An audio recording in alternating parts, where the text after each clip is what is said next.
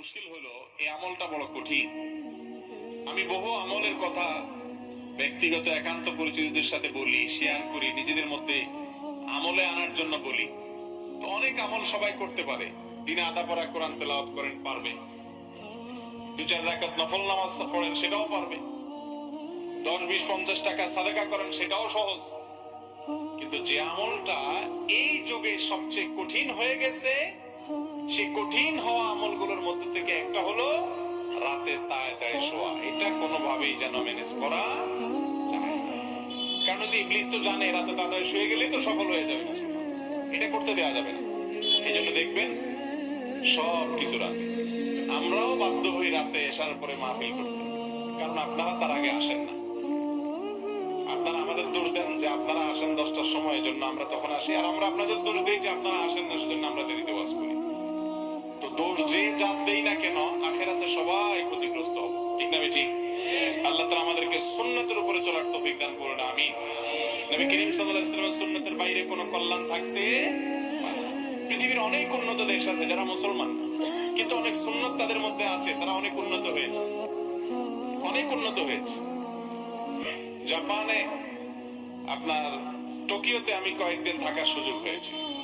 সেখানে দেখেছি আরো বিভিন্ন দেশে, সব দেশে আছে তা না, অনেক দেশে আছে।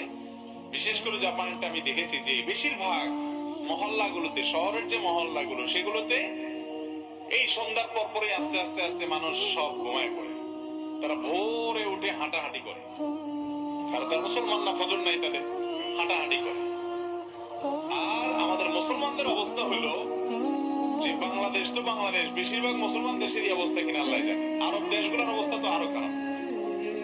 প্রায় 12টা, 1টা, 2টা হলে তাদের সন্ধ্যা হয়। এরপর সকাল থেকে 10টা, 11টা, 12টা, যদি কারো ঝামেলা না থাকে জোহর পর্যন্ত ঘুম। এই পদ্ধতিতে কোনো কল্যাণ থাকতে পারে না। নবী করিম সাল্লাল্লাহু আলাইহি ওয়াসাল্লাম দোয়া করেছেন, আল্লাহুম্মা বারিক লি উম্মতি ফি বুকুরিহা। আল্লাহ আমার উম্মতের জন্য সকালের সময়টাতে বরকত দান করে। কোন সময়তে বরকতের দোয়া করছেন? সকালের সময়টা।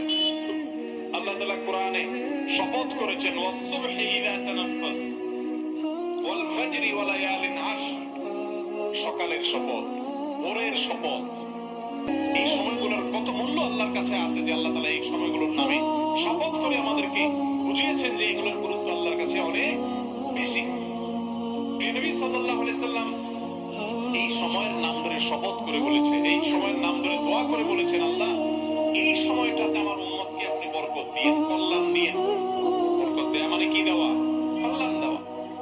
এখন আমরা ওই টাইমে যদি ঘুমাই থাকি, তাহলে ঘুমের ভিতর বরকত হবে।